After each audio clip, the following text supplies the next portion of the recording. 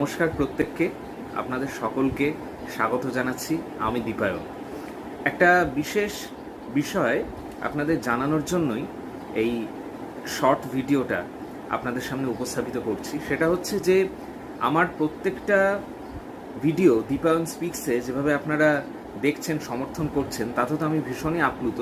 কিন্তু আমি লক্ষ্য করছি যে সেই মূল ভিডিওর পরে আমি যে শর্ট রিলসগুলো দিচ্ছি সেই মূল ভিডিও সংক্রান্ত, সেই রিলসের ভিউজ কিন্তু অনেক বেশি হচ্ছে, অথচ মূল ভিডিওর ভিউজটা কিন্তু কম হচ্ছে।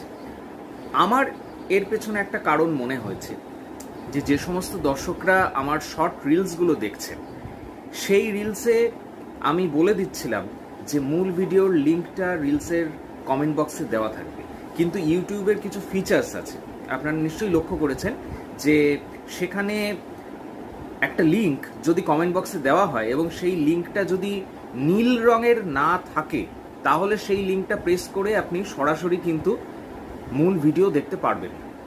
এবং সেটার জন্য একটা মিনিমাম সাবস্ক্রাইবারের প্রয়োজন হয় ইউটিউবে। যেহেতু আমি নতুন চ্যানেল খুলেছি, সেহেতু সেই সাবস্ক্রাইবার এখন অবধি আমার হয়নি।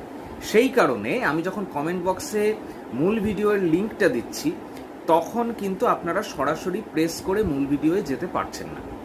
সুতরাং এক্ষেত্রে বিষয়টা বুঝিয়ে দেওয়ার জন্য, অর্থাৎ কিভাবে আপনারা মূল ভিডিও দেখবেন সেটা বুঝিয়ে দেওয়ার জন্যই আমি এই শর্ট ভিডিওটা আপনাদের সামনে উপস্থাপিত করছি। বিষয়টার কিছুই না, যখন আপনারা রিলস দেখবেন তখন দেখতে পাবেন যে রিলসের নিচেই দীপায়ন স্পিক্সের আইকনটা দেওয়া আছে।